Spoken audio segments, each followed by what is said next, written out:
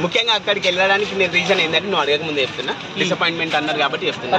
ఎందుకంటే నేను ఫేమస్ అంటే అందరికి రీచ్ అవ్వడమే కాకుండా డబ్బులు వస్తే మా ఇల్లు కూడా సరిగా లేదు, ఇల్లు కట్టుకోవచ్చు, నాకు ఆర్థికంగా కూడా హెల్ప్ అవుతుంది అని ఎంటర్టైన్మెంట్ ఇవ్వడానికి, అంతేకాకుండా డబ్బుల గురించి అని వెళ్ళిన. అయితే రిజెక్షన్ అనేది ట్రూలీ డిసప్పాయింటెడ్, చాలా బాధ అనిపించింది. ఎందుకంటే అన్ఫెయిర్ అనిపించింది వాళ్ళు చేసిన ఆ జడ్జిమెంట్ కూడా.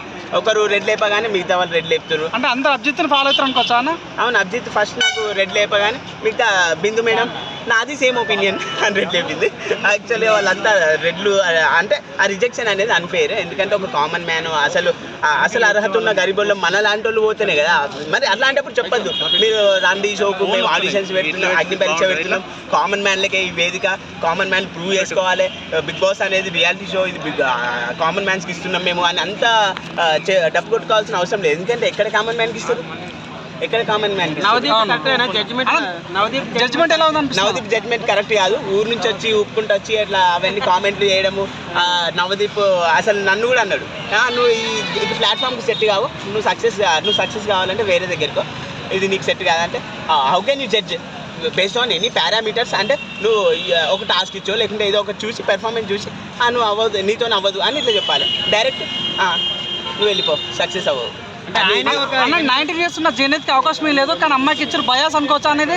అవును, ఇది బయాస్ అనుకోవచ్చు కూడా. ఎందుకంటే చాలా మంది క్వశ్చన్ రైజ్ చేసారు. ఎందుకంటే ఆ 19 years ఆమెకు నువ్వు అన్న శ్రేయాకి డైరెక్ట్ 3 గ్రీన్లు వేపి నువ్వు ఆహా అసలు నువ్వు భూమి మీద కాదు డైరెక్ట్ పైనుంచి వచ్చావు అన్నంత పవర్తల్ల ముంచెత్తిరు. అదే జెనిత్ కూడా ఓకే, అదే జెనిత్కి ఇచ్చిరు. నీ ఏజ్ ఫ్యాక్టర్ ప్రాబ్లం ఉంది, నువ్వు సక్సెస్ కావాలంటే అందులోనే క్లియర్గా అర్థమవుతుంది కదా, నువ్వు ఇంకా కొంచెం లేట్గా రావాల్సింది, నీ ఏజ్ 19 కదా అన్నారు. మరి ఆమెకు 19 అయినప్పుడు ఈ 19 ఎందుకు ప్రాబ్లం అయింది? ఇది బయాస్ అని ఈజీగా అర్థమవుతుంది కదా, చెప్పడం ఏముంది అన్న. శ్రీజ గేమ్ ఎలా ఉందన్న? శ్రీజ ఓకే ఫైర్ అంటే వాళ్ళను అజిత్ రెడ్డి ఇవ్వగానే నాకు బాగా అనిపించింది. ఏంటంటే నువ్వు నాకు భయపడి రెడ్డి ఇచ్చినావని వాళ్ళకు రివర్స్ మాట్లాడడం, క్వశ్చనింగ్ చేయడం, ఫైర్ ఓకే బాగానే అనిపించింది. శ్రీజకి నీకు మధ్య నడుస్తుందంట, నిజం అది నడుస్తుంది? అంటే నేను లవ్ ప్రపోజ్ చేసిన ఫన్నీగా, తను సరదాగా తీసుకుంది. సీరియస్గా తీసుకుంటే మింగిల్ అయిదామని అనుకున్నా. అబద్ధం జస్ట్ అలా ప్రపోజ్ చేశారా? ప్రపోజ్ చేసిన యాక్సెప్ట్ చేయలేదు. మీరందరూ ఈ ఛానల్ ద్వారా అగ్ని పరీక్షలు ఎవరు సెలెక్ట్ అవుతారు అనుకోవచ్చు 15 మందిలో?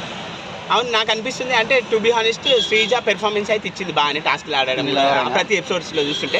అంటే తను నేను లవ్ చేస్తున్నా అని అట్లా చెప్పడం అని కాదు, రియల్గానే తను బెస్ట్ ఇచ్చింది. మాస్క్ మ్యాన్ సెలెక్ట్ అవ్వడా? మాస్క్ మ్యాన్ మిగతా వాళ్ళు అయితే నేను ప్రిడిక్ట్ చేయలేను.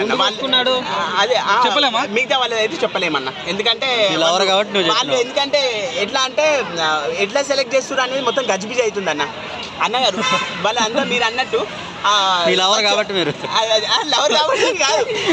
కాబట్టి సెలెక్ట్ అవుతుంది, విన్నర్ అవుతుంది అని అర్థం కాదు. కానీ వాళ్ళు మిగతా వాళ్ళని ఎట్లా సెలెక్ట్ చేస్తారు అనేది ప్రిడిక్ట్ చేయలేము. ఆల్రెడీ రత్నం కూడా ఉంటుంది అంటారు. ఓకే, ఆల్రెడీ ఫిక్స్ అయ్యారు కాబట్టి మీలాంటి వాళ్ళని ఇలా చేస్తున్నారా? అవును, ఆల్రెడీ ఫిక్స్ అయ్యారు కాబట్టి కామన్ మ్యాన్లో అస్సలు కామన్ మ్యాన్ తీసుకుంటలేరు వాళ్ళు. మీరు అన్నట్టు I do agree with that statement అన్న.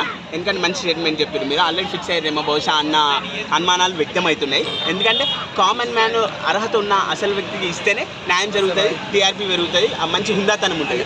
వాళ్ళు అలా చేయట్లేదు. కామన్ మ్యాన్ సెంటిమెంట్ ను వాడుకుంటున్నారు అంతే. ఆ కామన్ మ్యాన్ సెంటిమెంట్ వాడుకొని మేము ఇస్తున్నాం అవకాశము అని అంటున్నారు, కానీ ఎవరికి ఇవ్వరు. ఆబ్వియస్లీ ఇవ్వరు కూడా.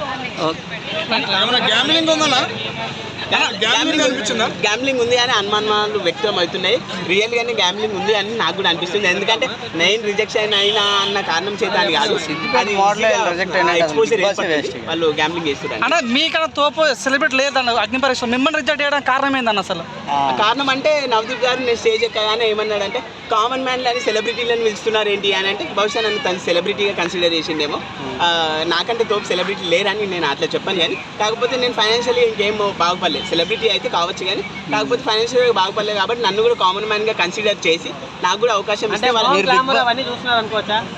చూస్తారు అనుకుంటా. ఇంకా నేను గ్లామర్గా లేను కదా, గ్లామర్ ఉన్న సెలెక్ట్ చేస్తుండేమో అనిపించింది. ఎందుకంటే కొంచెం నాకు సపోర్ట్గా అన్న అంటే ఊరు నుంచి నేను రియల్గా అంటే ట్రూగానే చెప్తున్నా. ఎందుకంటే నాకు సపోర్ట్గా కొన్ని రీల్స్ చేసి పెట్టారు కొందరు.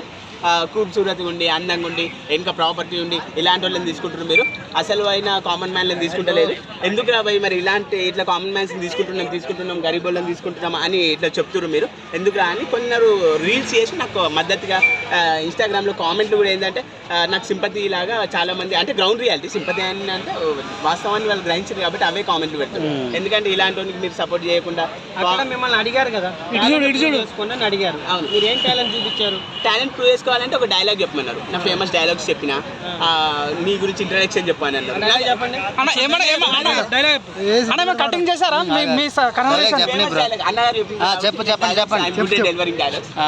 సిద్దిపేటకి ఎప్పుడు వచ్చామన్నది కానే కొమర్షియల్ చూసామా లేదా, సిద్దిపేట పాడాలంటారు రా బాబు, ఈ డైలాగ్ చెప్పిన